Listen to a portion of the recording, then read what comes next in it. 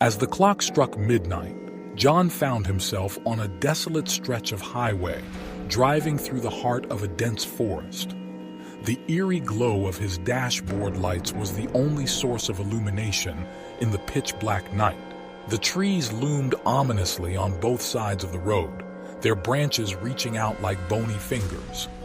Despite the chill outside, John felt a bead of sweat trickling down his forehead. He had heard stories of this haunted highway, tales of ghostly apparitions and mysterious disappearances. But being a pragmatic man, he dismissed them as mere folklore meant to scare the faint of heart. Nevertheless, a sense of unease gnawed at him as he drove further into the darkness. Suddenly, the headlights flickered and the engine sputtered. Panic crept into John's heart as he tried to steer the car to the side of the road. The car came to a halt, and the silence that enveloped him was deafening. He reached for his phone, hoping to call for help, but there was no signal.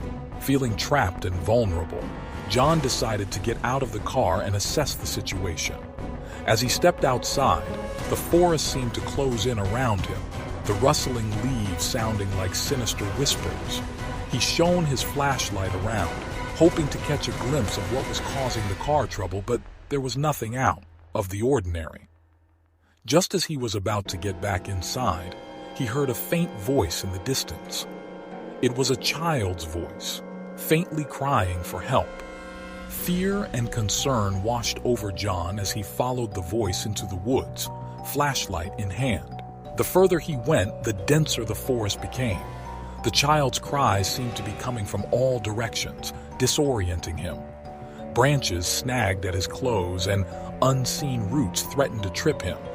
Panic set in as he realized he was lost. Just when John was about to give up and head back to the car, he saw a flicker of light in the distance. It seemed to be coming from an old cabin hidden amongst the trees. Hoping to find help, he made his way towards it. As he approached, he heard strange noises emanating from inside. Cautiously, he pushed open the creaky door, revealing a dimly lit interior. The sight that greeted him was chilling. There, in the center of the room, was a child sitting by a flickering candle. Relief washed over John, but something felt off. The child's face was pallid and haunting, and their eyes gleamed with an otherworldly light. Before he could say a word, the child's voice echoed through the cabin. "You shouldn't have come here. They won't let you leave." Frozen in terror, John tried to back away, but his feet wouldn't obey. The child's form seemed to distort and elongate as they advanced towards him.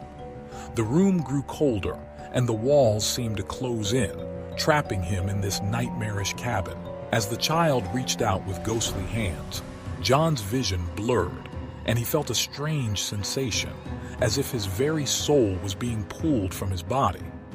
The last thing he heard before darkness swallowed him whole was the haunting laughter of the child and the sinister whispers of the forest.